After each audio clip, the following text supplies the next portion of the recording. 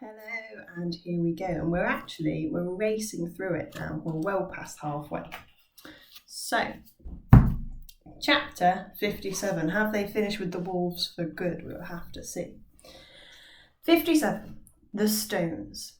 At first light, Ros nudged Brightbill awake, and the travellers continued north through the mountains. The goose stood on his mother's shoulder as she marched. His eyes darted around nervously, searching for any sign of the wolves. But the wolves were gone, and our friends turned their attention to a new problem. They're never without a problem, these two. The weather out there was always changing. Ros and Brightbill had seen many calm, sunny days suddenly turn to wind or fog or sleet or even snow. Our friends expected bad weather, so they hardly noticed when heavy rain came sweeping down a valley. But there was something odd about this rain. Brightbill squinted at the oncoming storm and said, "Ma, why is the rain bouncing off the ground?" Bouncing rain? That didn't seem right. The robot's computer brain went to work and she found the correct word. "That is not rain," said the robot. "That is hail." Clang! A hailstone bounced off Ros's chest. Another one swooshed into the weeds. And then the sky opened up and the hailstones were everywhere. They tore through leaves and branches. They ricocheted off rocks and roots. They flattened flowers and bushes. To the robot, the hailstones were annoying. To the goose, remember, who's a lot smaller, they were deadly. A stone hit Brightbill's shoulder and he fell to the ground. Ros scooped him up, hunching over, protecting him from the falling stones, but the hailstone might kill the poor bird if they couldn't find cover soon. Frantically, the robot scanned the area for any type of shelter, and there it was. On the far side of the valley, beside a winding river, was a cabin. It was old and shabby, but it had a roof, and that's what our friends needed most. Ros held her son close, pumped her legs, and thundered across the valley. Heavy hailstones hissed into the grass and squelched into the mud and clanged off the robot.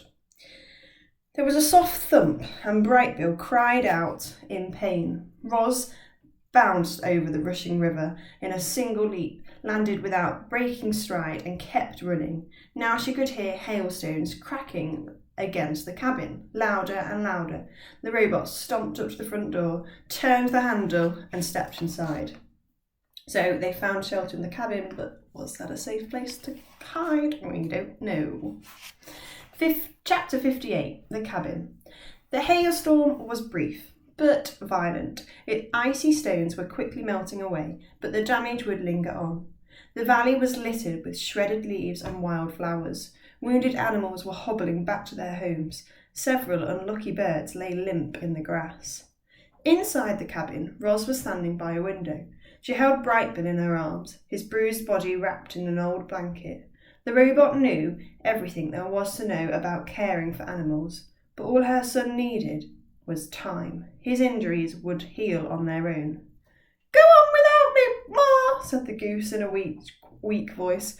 "I'll catch up with you when I'm feeling better." "That is ridiculous," said the robot. "What kind of mother would I be if I left my injured son behind?" "But, Ma—" "Stop talking," interrupted Ros. "You need to rest." Brightbill tried to argue, but he was already falling asleep. The cabin was simple, just a square room with a wood stove, 2 chairs beside a table, and a couple of cots rotting in the corner. Dusty mugs and bowls sat on a shelf, otherwise the walls were bare. It was clear no humans had been here for a very long time. However, it seemed that some other creatures had moved in. The whole place had a foul odour. Lumps of feces, poo, were strewn about, and little footprints trailed away from a dark hole in the floor. Ros leaned over the hole and in a language of the animals said, "Hello, is anyone down there?" Something moved, and then a pair of shining eyes looked out from the darkness. "Who are you?" said a voice. "I didn't invite you into my home." "I am sorry to intrude," said the robot. "My son and I were only trying to escape from the hailstorm." "Your son," said the voice. "Is that him in your arms? Let me see." Very gently, the robot lifted a fold of cloth and revealed a sleeping goose. "You must take after its father." said the voice, because he doesn't look anything like his mother. He is my adopted son, explained the robot. My name is Roz, and this is Brightbill. The shining eyes blinked, and the voice squeaked with excitement. You're Roz and Brightbill. The birds have been singing about you for months. You're living legends. Technically, I am not living, said the robot. You seem pretty alive to me, said the voice. Either way, it's nice to meet you. They call me Sprinkles. With that, the creature crawled up through the hole in the floor.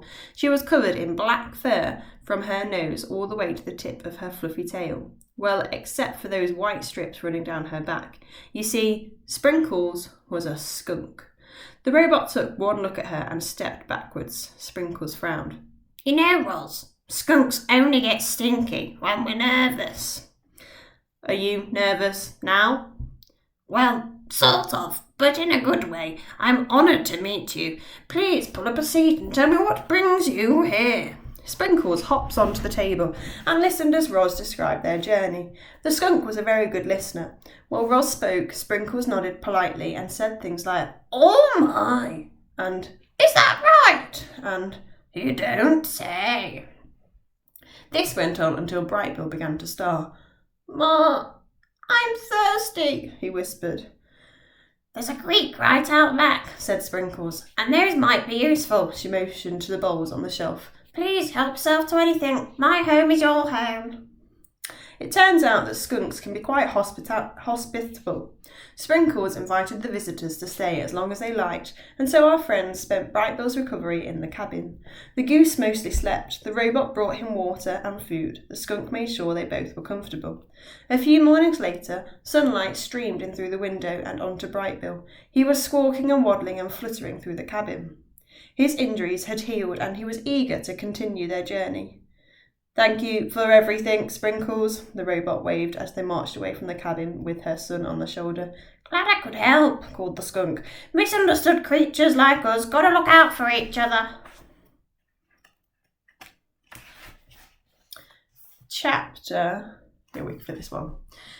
59, The Strange Wilderness. And that's our picture. Another gloomy day had settled over the mountains. Here and there the sun broke through the clouds and bright streaks came shining down like spotlights. One of those bright streaks swept over a rugged mountain and found our friends. For a moment, the robot and the goose basked in the warm sunlight. Then the patch of light moved on and rolled into the next valley, where it sparkled across the strange industrial site. That's like buildings and factories. A patchwork of large, boxy structures were nestled among the trees. Broken walkways clung to the walls. Ramps and pipes slanted up from holes in the ground. The robot's computer brain identified the site. It was a deserted coal mine. This was a strange kind of wilderness. Scattered throughout the mountain range were ghosts of human activity. Overgrown railways, rusted automobiles, spindling towers perched on mountain tops, faded signs with messages like "No trespassing" and "No hunting." It seemed humans had once lived and worked in the wilderness, only to leave it all behind. In places, though, there was still activity, robot activity. Armies of robot workers methodically dug new tunnels and built new dams and worked in new mining operations. They took down abandoned buildings and hauled away truckloads of litters. Our friends were curious about these working robots, but they kept a safe distance and went on their way. Because Roz doesn't want to get mixed up with them. And I'm going to leave it there. Come back next time.